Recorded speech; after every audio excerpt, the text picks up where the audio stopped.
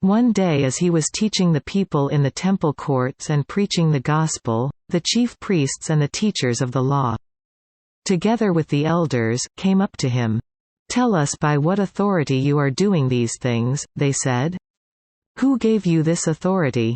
He replied, "I will also ask you a question. Tell me, John's baptism, was it from heaven, or from men?" They discussed it among themselves and said, "If we say, 'From heaven,' he will ask, 'Why didn't you believe him?' But if we say, 'From men,' all the people will stone us, because they are persuaded that John was a prophet." So they answered, "We don't know where it was from." Jesus said, "Neither will I tell you by what authority I am doing these things." He went on to tell the people this parable: "A man planted a vineyard, rented it to some farmers and went away for a long time.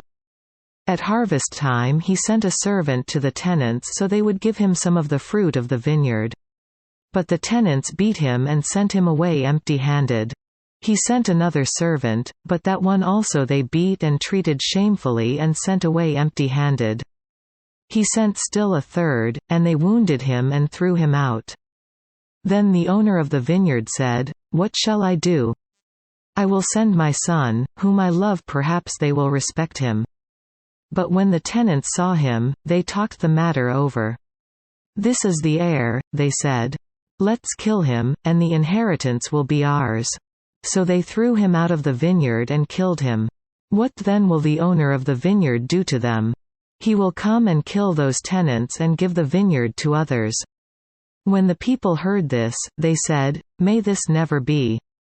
Jesus looked directly at them and asked, "Then what is the meaning of that which is written, 'The stone the builders rejected has become the capstone'? Everyone who falls on that stone will be broken to pieces, but he on whom it falls will be crushed." The teachers of the law and the chief priests looked for a way to arrest him immediately, because they knew he had spoken this parable against them. But they were afraid of the people. Keeping a close watch on him, they sent spies, who pretended to be honest. They hoped to catch Jesus in something he said so that they might hand him over to the power and authority of the governor. So the spies questioned him, "Teacher, we know that you speak and teach what is right, and that you do not show partiality. But teach the way of God in accordance with the truth. Is it right for us to pay taxes to Caesar or not?" He saw through their duplicity and said to them, "Show me a denarius. Whose portrait and inscription are on it?" "Caesar's," they replied. He said to them, "Then give to Caesar what is Caesar's, and to God what is God's." They were unable to trap him in what he had said there in public. And astonished by his answer, they became silent.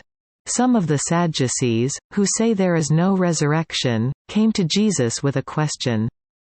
"Teacher," they said, "Moses wrote for us that if a man's brother dies and leaves a wife, but no children, the man must marry the widow and have children for his brother.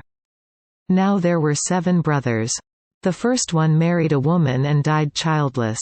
The second. And then the third married her, and in the same way the 7 died, leaving no children. Finally, the woman died too. Now then, at the resurrection whose wife will she be, since the 7 were married to her?" Jesus replied, "The people of this age marry and are given in marriage. But those who are considered worthy of taking part in that age and in the resurrection from the dead will neither marry nor be given in marriage. And they can no longer die, for they are like the angels. They are God's children, since they are children of the resurrection. But in the account of the bush, even Moses showed that the dead rise, for he calls the Lord, the God of Abraham, and the God of Isaac, and the God of Jacob. He is not the God of the dead, but of the living, for to him all are alive." Some of the teachers of the law responded, "Well said, teacher." And no one dared to ask him any more questions. Then Jesus said to them, "How is it that they say the Christ is the son of David? David himself declares in the book of Psalms, 'The Lord said to my Lord, sit at my right hand, until I make your enemies a footstool for your feet.' David calls him, Lord. How then can he be his son?" While all the people were listening, Jesus said to his disciples, "Beware of the teachers of the law. They like to walk around in flowing robes and love to be greeted in the marketplaces. And have the most important seats in the synagogues and the places of honor at banquets. They devour widows' houses and for a show make lengthy prayers. Such men will be punished most severely."